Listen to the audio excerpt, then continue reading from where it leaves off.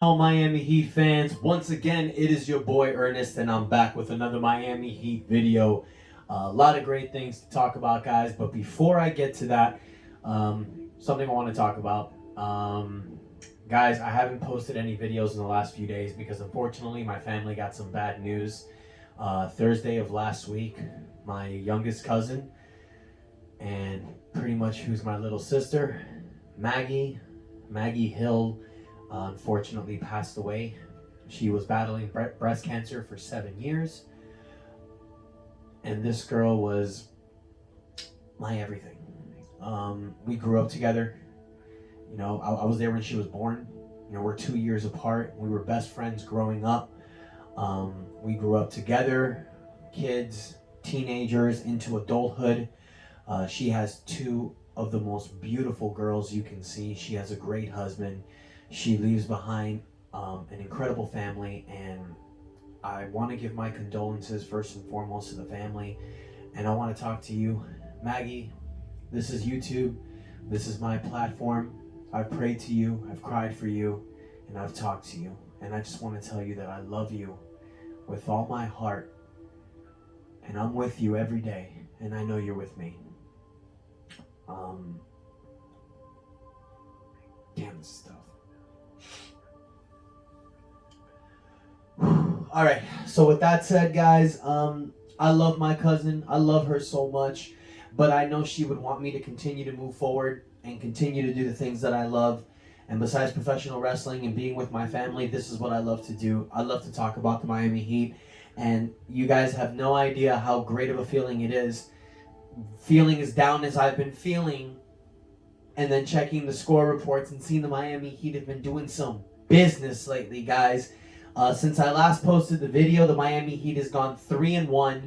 We took it to the Atlanta Hawks back-to-back games, blew them out the first one, close game the second one. We edged out with a win. Unfortunately, we lost the next game after that. I can't even remember the team right now, guys. I'm so wrapped up. But we did lose. And then the game after that, which was last night, we defeated the Toronto Raptors 104-99, and that was one hell of a game. It was back and forth the entire game. You had the Miami Heat take an early lead. Toronto came back in the third quarter. We were exchanging the leadoffs. Toronto had a really good hand, but in the fourth quarter, Miami took over. And one of the great things that I'm seeing, guys, from last year versus this year is the Miami Heat's no longer playing from behind in the fourth quarters. If you notice, a lot of times the Miami Heat are usually leading in the fourth quarters.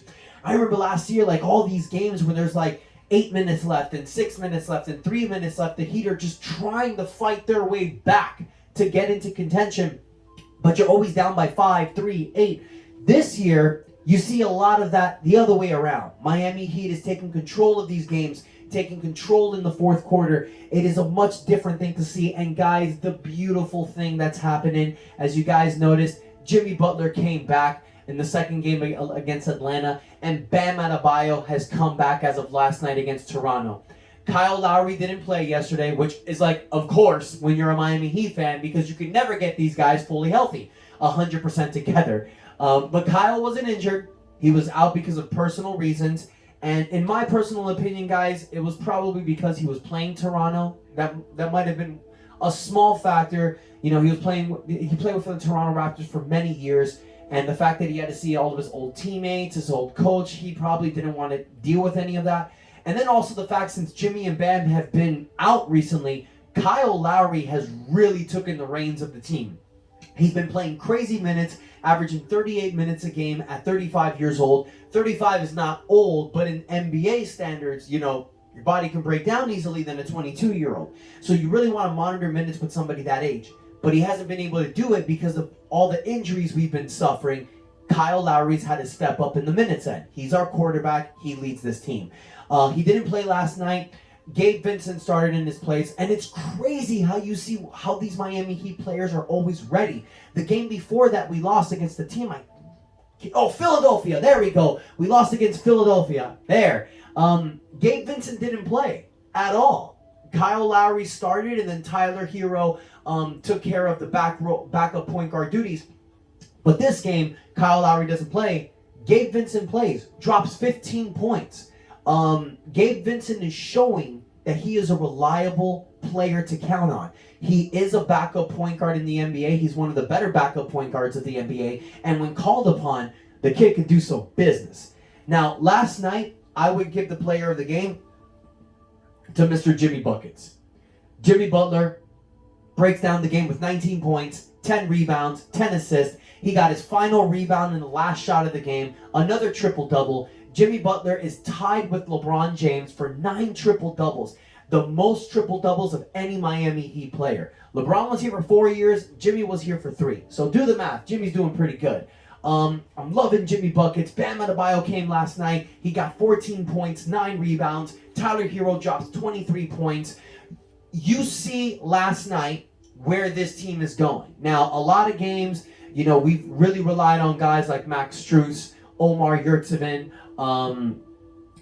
Gabe Vincent, Caleb Martin. But last night, with the return of Bam Adebayo, Jimmy Butler's back, and with Tyler Hero, you're seeing where Eric Spoelstra wants to go in the offense. You saw this in the beginning of the season when all 3 guys were averaging over 20 points a game. That's what you're going to continue to see. Jimmy Butler's our number 1 option. Tyler Hero's our number 2. Bam Adebayo's our number 3. It could fluctuate. Whoever's hot. But those are the 3 guys that you want to feed the rock to. But it's incredible to see that any of these guys are willing to step up and make some noise. Max Strus last night and recently has been playing more minutes than Duncan Robinson. Ever since Duncan has come back from his COVID, he's been on and off. He started last night because they say that Duncan plays well with Bam. He plays better with Bam. And you see that last night. You see their handoff releases. They got great chemistry together. But Max Strus is playing more minutes. And Max Strus is ending the game on top of Duncan Robinson. And that's because he's shooting better and his defense is better. Duncan Robinson is a $90 million player getting 18 to 20 minutes a game. This is ridiculous. This should not be happening. The Miami Heat need to figure this out, and they need to give Duncan Robinson a lot more trust. Okay, we're getting into the playoffs. This guy has proven that he is one of the most unstoppable, sharp-shooting players in the NBA, but you need to give him the confidence to continue to let him to shoot. I understand, he just got his money. Everybody's feeling like he's getting lazy. I don't think that's the case. I've been saying this since the beginning of the season. Damn it, we're 42 games in, and it sucks that we're still talking about it. You're not going to get value if you try to trade for Duncan Robinson. I'm telling you that right now. He's getting 5 years, $90 million. Now, if there's a team out there that's willing to take him for something, I don't think you're going to get much.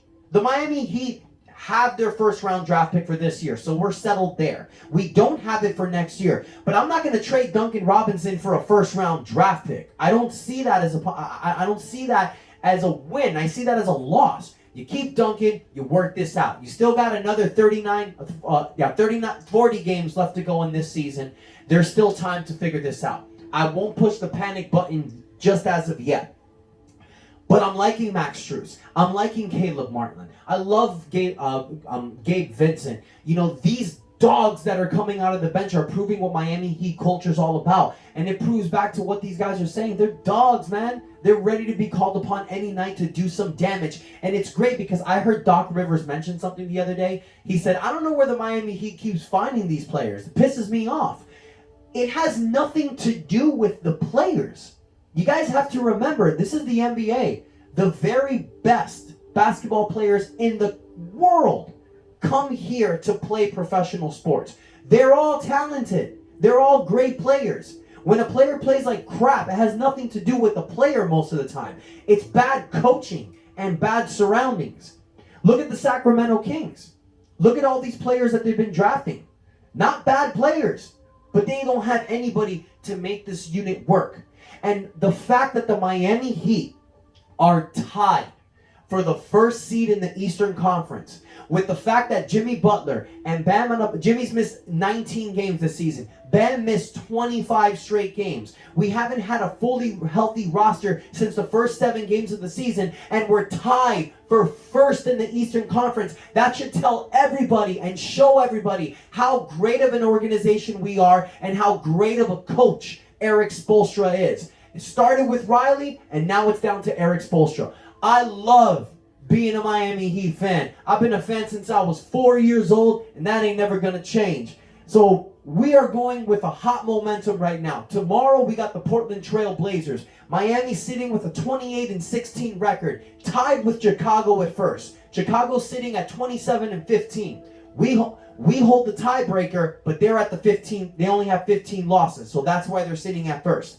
If the Miami Heat win tomorrow, and if Chicago loses another game, we move up to first. Hell, if Chicago just loses their game, we move up to first. Chicago's lost 4 straight right now. They're not doing so hot since the Zach LaVine injury. So Miami has got to strike while the iron pot is hot. We got to go. Tomorrow, you know Kyle Lowry should be playing, unless he's not playing for some reason. But for the most part, we're going to be fully healthy. We're missing Victor Oladipo and Markieff Morris. But as I've been hearing, their return should come back sooner rather than later. Now, Victor Oladipo, when he comes back, sorry, Gabe Vincent, but your job is going to get taken over. This guy's going to be the backup point guard. Him and Tyler Hero are going to share the duties of backup point guard, shooting guard, and small forward. Caleb Martin has proved himself that he is Heat ready to be a part of this culture. He makes big plays. He takes the big charge. So Caleb Martin, I think, is going to take Markieff Morris's role. Markieff did pretty good with us. Nothing crazy. But I don't know what's going to be available for Markieff when he comes back, because Caleb Martin has really showed up. So the great thing about our team is that we're 15 deep, man. Even Udonis Haslem is ready to play. It's crazy. This Miami Heat team is ready to win. And damn it, if I have to say it, guys, this is the best Miami Heat team I've seen since LeBron's last season with us in the Big Three era. I mean, when Jimmy first came here, we were 2nd seed, but we kind of dropped off, and then going 5th in the bubble, making the NBA Finals. I know that was our best season ever since the Big Three era, but this, I believe, is possibly our best team. We are so loaded, so deep. Even with injury, we're coming at you heavily. You can't stop this Miami Heat team, guys. That's just a fact. Miami Heat fans, I hope you're excited. Heat Nation, I hope you're ready to see us do some damage. Second part of the season, we got 40 games left, and I predict the Miami Heat should be the #1 seed going into the playoffs, barring any injuries. Tyler Hero is our all-star, 6th man of the year. Jimmy Butler and Bam Adebayo, I don't know if they're going to be all-stars. They've missed too much time. Let's see what happens, guys. Don't forget to vote at NBA.com for these guys to make sure they get into the all-star team. One more thing I want to talk about before I let you guys go. Last night, Omar Yurtseven did not play. Crazy. I know. He averaged pretty much like 14 rebounds a game in a stretch of 13 games. Double-doubles in a stretch of 13 games. Dominated. Didn't play last night. Here's why. Bam Adebayo is a starting center. Dwayne Dedmon is the #2. Omar Yurtseven has always been the #3 center. Pat Riley and Eric Spoelstra like to go with experience. Dwayne Dedmon is a 32-year-old veteran. Omar Yurtseven has some time left. What Miami's going to do right now is they're going to go with the veteran. Obviously, they're going to play matchup. Eric Spoelstra said that he's got some tough decisions to make going forward. And you can believe that. With all these guys stepping up, including, I'll mention him again, Gabe Vincent. Last night, man, 15 points. Gabe Vincent made some huge defensive plays in the last minute. He had that play with OG Anunoby with 38 seconds left when they had the ball. Snatched the ball out of him for the jump ball. Gets a great defensive possession and takes a charge. But guys like that might not be able to play in this rotation because we're so deep. Omar Yurtseven, Gabe Vincent, Caleb Martin, Max Strus, they might be the bad beneficiaries of being on a great team. But because the 4 of them stepped up so much, they might get playing time. This is a beautiful thing for a coach to have so many great players. But let's remember one thing. The NBA trade deadline is next month. So with all these talents and all these players stepping up, if a disgruntled NBA player requests a trade, and it could possibly make our team that much better, guys, you know Pat Riley will pull that trigger. So I'm excited. I hope you're excited, Heat Nation. Let me know what you think. Hit that like button. Comment. Let me know your thoughts. Share on social media. But most importantly, guys, I want you to hit that subscribe button. Build this channel larger. I'm going to post videos as much as I possibly can, guys. My family's going through this situation. But like I told you guys in the beginning of the season, no matter what, I'm going to be here for y'all. I'm going to post as much videos as I can. Thank you guys so much for your love. And before I go, Maggie, I want to tell you one more time. I love you with all my heart. You're my little sister. You're my best friend. And I'm going to miss you. I'm going to miss everything about you, Max. I'm going to miss talking to you. I'm going to miss our text messages. I'm just going to fucking miss you. I love you, Max. And this isn't goodbye. This is I'll see you later. Until the next side. I love you, Maggie. Rest in peace. Thank you guys so much for your love. And until next time, it's your boy Ernest out. And that's enough said.